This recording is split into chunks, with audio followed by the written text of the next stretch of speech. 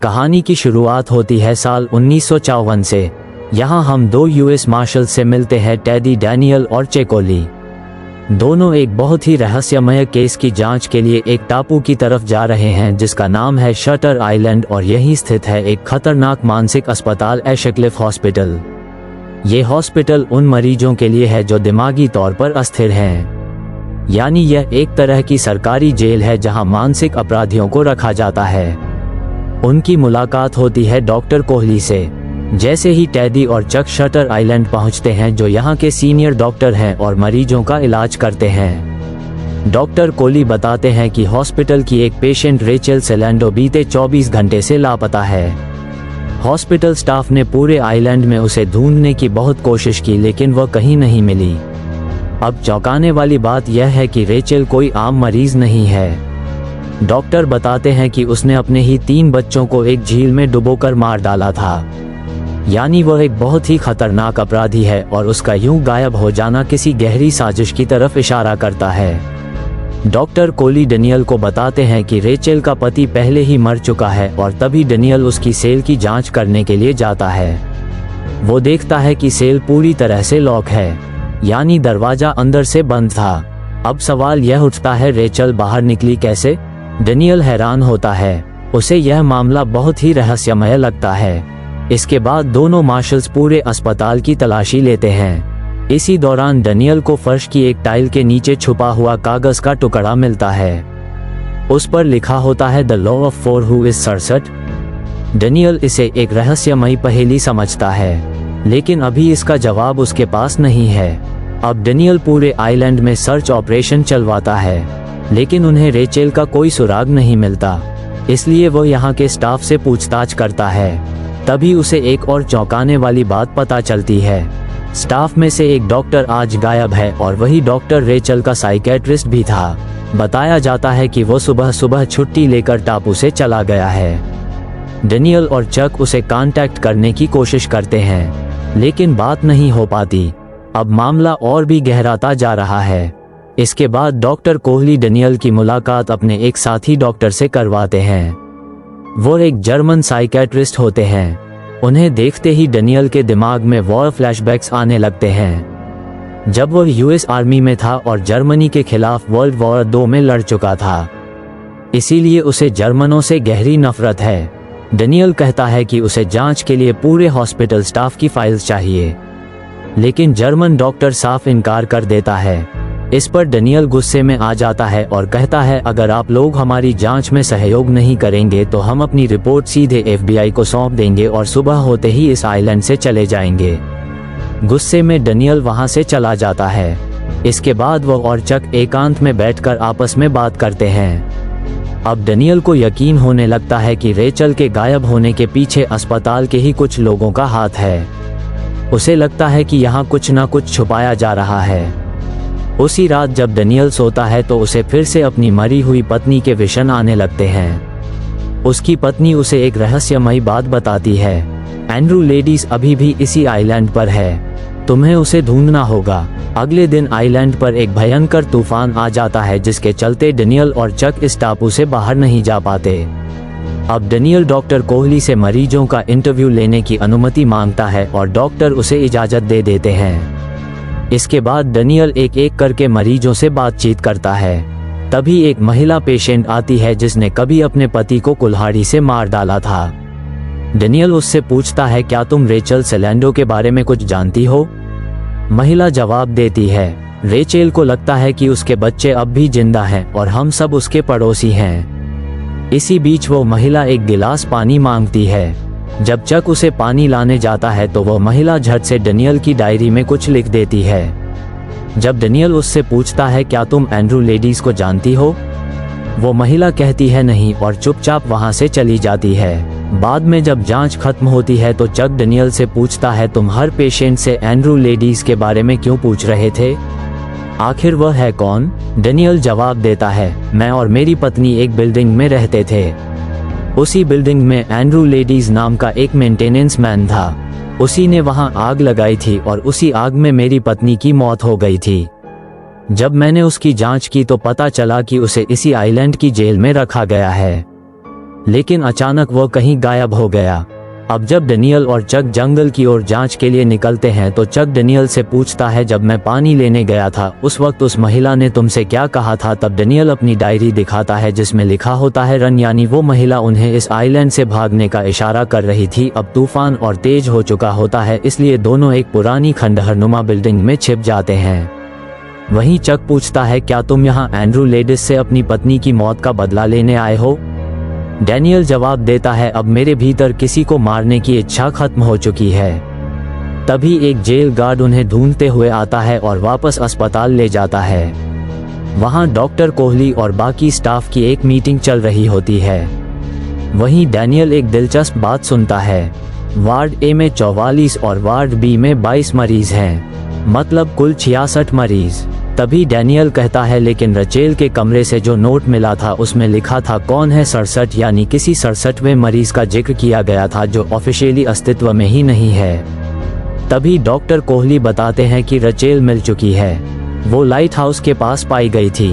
Daniel पूछताछ के लिए उसके कमरे में जाता है और पूछता है, रचेल तुम कहाँ थी? क्या हुआ था तुम्हारे साथ? लेकिन रचेल मानसिक रूप से बीमार होती है, पर डेनियल की बातों को समझ ही नहीं पाती और हिंसात्मक व्यवहार करने लगती है। इसी बीच डेनियल को तेज सिर दर्द होने लगता है। डॉक्टर कोहली उसे माइग्रेन की दवा देकर सुला देते हैं। सोते हुए डेनियल को फिर से भयानक विषण आते हैं। वह अपनी मरी हुई पत्नी को देखता है और साथ ही उसे एंड्रू लेडीज का चेहरा भी दिखता है, वही इंसान जिसने उसकी पत्नी की जान ली थी। उसे यकीन होता है कि एंड्रू अब भी इसी आइलैंड पर है।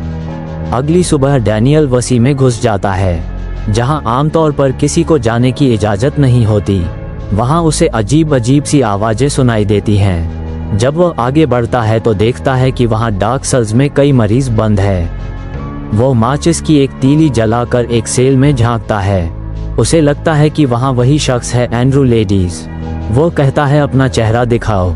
लेकिन जब वो शख्स सामने आता है तो यह एंड्रू नहीं बल्कि जॉर्ज नॉइस होता है, वही जिसने डेनियल को जेल का सच बताया था। जॉर्ज का चेहरा पूरी तरह से बिगड़ा हुआ होता है, जैसे किसी ने उसके साथ बहुत बुरा किया हो। जॉर्ज नॉइस डेनियल से कहता है, तुम यहाँ किसी केस की तफ्तीश करने नहीं आए हो।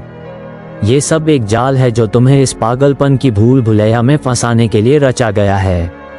डेनियल जवाब देता है, ऐसा नहीं है, मैं यहाँ अपने साथी के साथ एक गंभीर इन्वेस्टिगेशन करने आया हूँ।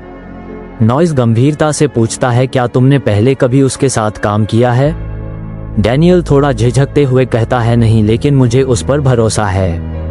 ये सुनकर नॉइस कहता है, तो फिर समझ लो वे लोग जीत चुके हैं। फिर वो अचानक से घबरा कर रोने लगता है।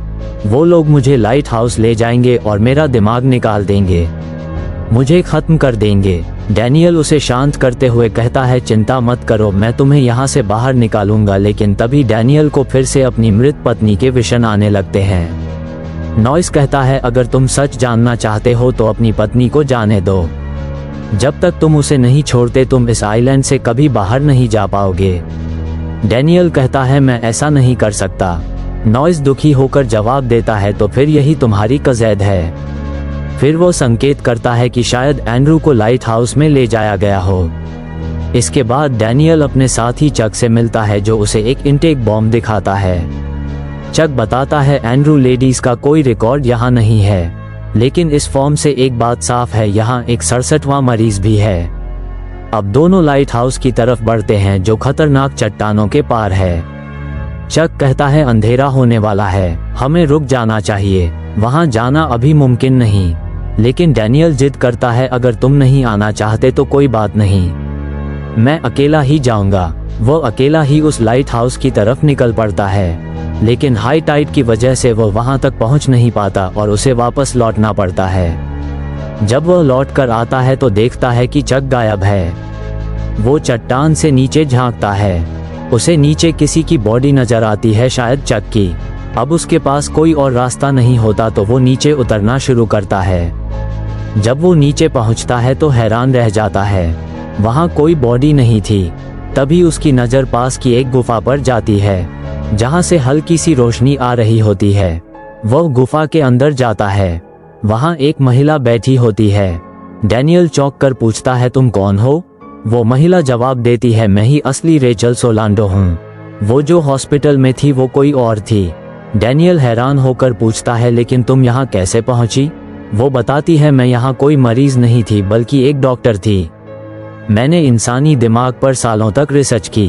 मैंने एक ऐसा तरीका खोज निकाला जिससे इंसान के सोचने समझने के तरीके को बदला जा सकता है। हम उनके दिमाग को पूरी तरह कंट्रोल कर सकते हैं। रेचल बताती है कि इस आइलैंड से बाहर निकलने का सिर्फ एक ही रास्ता है, फेरी, और उसे हॉस्पिटल वाले कंट्रोल करते हैं। अब रात हो जाती है और डैनियल वहीं सो जाता है। अगली सुबह जब उसकी आंख खुलती है तो रेचल उसे सावधान करती है, तुम यहाँ ज्यादा देर नहीं रुक सकते।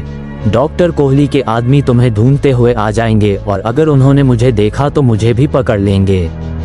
इसके बाद डैनियल वहां से निकल जाता है और वापस हॉस्पिटल पहुंचता है। वहां उसकी मुलाकात डॉक्टर कोहली से होती है। डॉक्टर कहते हैं, अब जब रेचल मिल गई है तो तुम्हारा काम भी खत्म हुआ, अब तुम्हें यहाँ से चले जाना चाहिए। डैनियल पूछता है, ठीक है, लेकिन मेरा साथी कहाँ है? डॉक्टर जवाब देते हैं, तुम्हारा कोई साथी नहीं है, तुम यहाँ अकेले आए थे। ये सुनकर डैनियल को शक होता है कि डॉक्टर लोग उसके साथी को लाइट हाउस ले गए हैं, जहाँ उसके दिमाग की सर्जरी की जा रही है। वह छिपते छिपाते लाइट हाउस की ओर बढ़ता है और आखिरकार वहाँ पहुँच जाता है। लाइट हाउस के अंदर डॉक्टर कोहली पहले से उसका इंतजार कर रहे होते हैं। डैनियल कहता है, मुझे डॉक्टर रेचल स्लाड ने सब कुछ बता दिया है। तुम लोग इलाज नहीं करते, मरीजों पर एक्सपेरिमेंट करते हो। डॉक्टर मुस्कुराते हैं और कहते हैं, नहीं डैनियल, ये सब तुम्हारे दिमाग की बनाई हुई कहानी है। असलियत यह है कि इस हॉस्पिटल का 67वां मरीज कोई और नहीं बल्कि तुम खुद हो। लेकिन डैनियल यकीन नहीं करता और कहता है, मैं एक यूएस मार्शल हूँ। मेरा पार्टनर कहाँ है? डॉक्टर व्हाइट बोर्ड पर 2 नाम लिखते हैं, एडवर्ड डैनियल्स, एंड्रू लेडिस, और फिर समझाते हैं कि तुम्हारा असली नाम है एंड्रू लेडीज। एडवर्ड डैनियल्स सिर्फ एक नकली नाम है जिसे तुमने अपने असली नाम से ही बनाया है। डॉक्टर बताते हैं कि एंड्रू ने अपनी पत्नी टोलरस चैनल का नाम बदलकर रेचल स्लॉट बना लिया था। दोनों नामों में 133 अक्षर हैं, यानी उसका पूरा केस उसकी ही दिमागी कहानी पर टिका था। वह कहते हैं कि तुम्हारा अपराध इतना दर्दनाक है कि तुमने उससे भागने के लिए अपनी ही दुनिया बना ली और इस झूठ को तुम इतना जी चुके हो कि अब तुम्हें वही सच लगने लगा है। डैनियल उस पर बंदूक तान देता है, लेकिन ट्रिगर दबाने पर कोई गोली नहीं चलती क्योंकि बंदूक नकली होती है। चक समझाता है, तुम्हारी पत्नी डिप्रेशन में थी, उसने अपने ही बच्चों को लेक में डुबोकर मार दिया था और फिर तुमने खुद अपनी पत्नी को गोली मार दी थी। ये सुनकर डैनियल यानी एंड्रू को अचानक सब याद आ जाता है। उसे अपने बच्चों की मौत, पत्नी की हालत और खुद की हकीकत समझ में आने लगती है। अब वह मान लेता है कि हाँ, मैं एंड्रू लेडीज हूँ और मैंने ही 1952 में अपनी पत्नी का कत्ल किया था। डॉक्टर कोहली कहते हैं, 6 महीने पहले भी तुमने सच स्वीकार किया था, लेकिन फिर कुछ ही दिनों में सब कुछ भूल गए थे। ये तुम्हारा आखिरी मौका है। अगर तुम फिर से भूल गए तो हमें तुम्हारी लोबोटोमी करनी पड़ेगी। लोटोमी यानी एक ऐसी ब्रेन सर्जरी जिसमें इंसान की सारी यादें और भावनाएं खत्म हो जाती हैं।